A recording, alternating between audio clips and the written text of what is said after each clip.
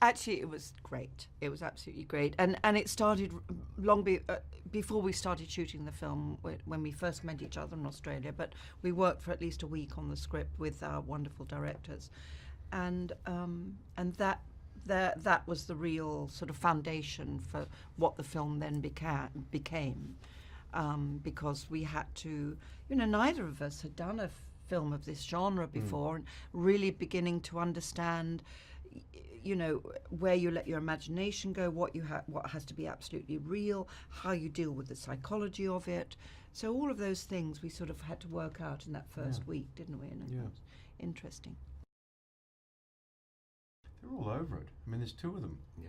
I mean, it was so, because we'd be in a very dark studio and the lighting is often quite dark.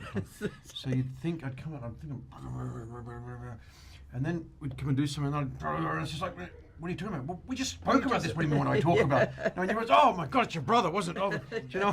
So it led to a lot of different kind of things, but it meant they were really able to divide their time and just constantly keep working it and chiseling it. And well, it's fascinating. They are obviously identical twins. Yeah. So, it takes you at least 2 weeks or maybe 3 to really get to understand who is who.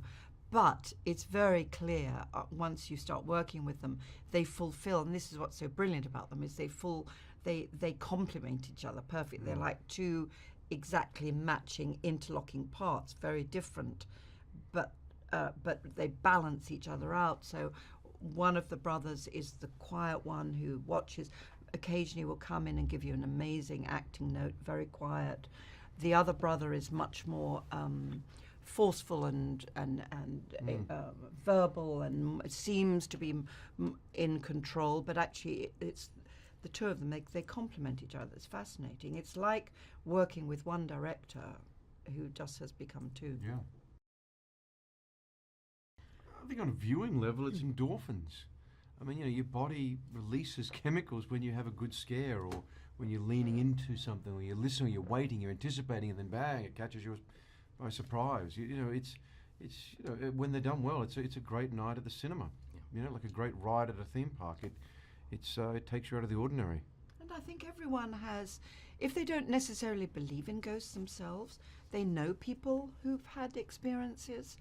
The terrible, and everyone has experienced loss, and the need, the desire, the sadness of not being able to speak to that person again. So the whole, the existence of spiritualism, and we all as children have, had, I don't know about you, but we always used to have, Ouija board, and so we're all fascinated.